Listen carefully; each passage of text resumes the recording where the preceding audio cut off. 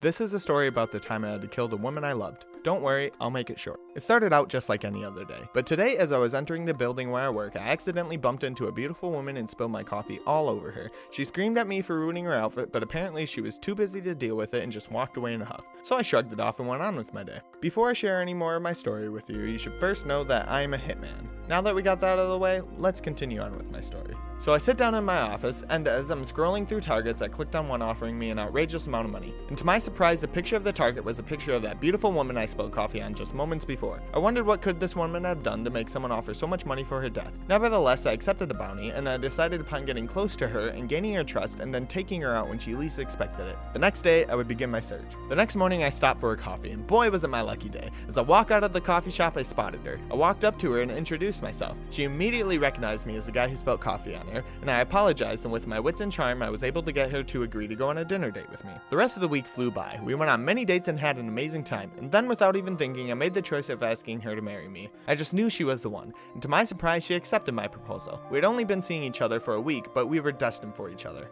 That night while lying in bed, I knew I had to give up my job as a hitman, and I decided I was going to tell her the truth about who I am and what actually brought me to her. The next day we were going to meet up at our favorite spot along the river, and I made the decision I was going to tell her then. The next day I went to the place where we agreed to meet up. She wasn't there yet, and I saw a porta potty in the distance, so I decided to use it quick. I opened the door, and that was when I saw her, cheating on me with another man. Heartbroken, I pulled out my hidden pistol, and with 2 quick shots they were dead. I took a picture for evidence, shut the porta potty door, and left to my office. Still heartbroken from what just happened, I sent the picture to the person who put a bounty on her head, confirming that the deed was done. And that brings us to the end of the story. Hopeless and loveless, and I'll spend my days here on my private beach, enjoying retirement, sipping wine, and wondering what could have been.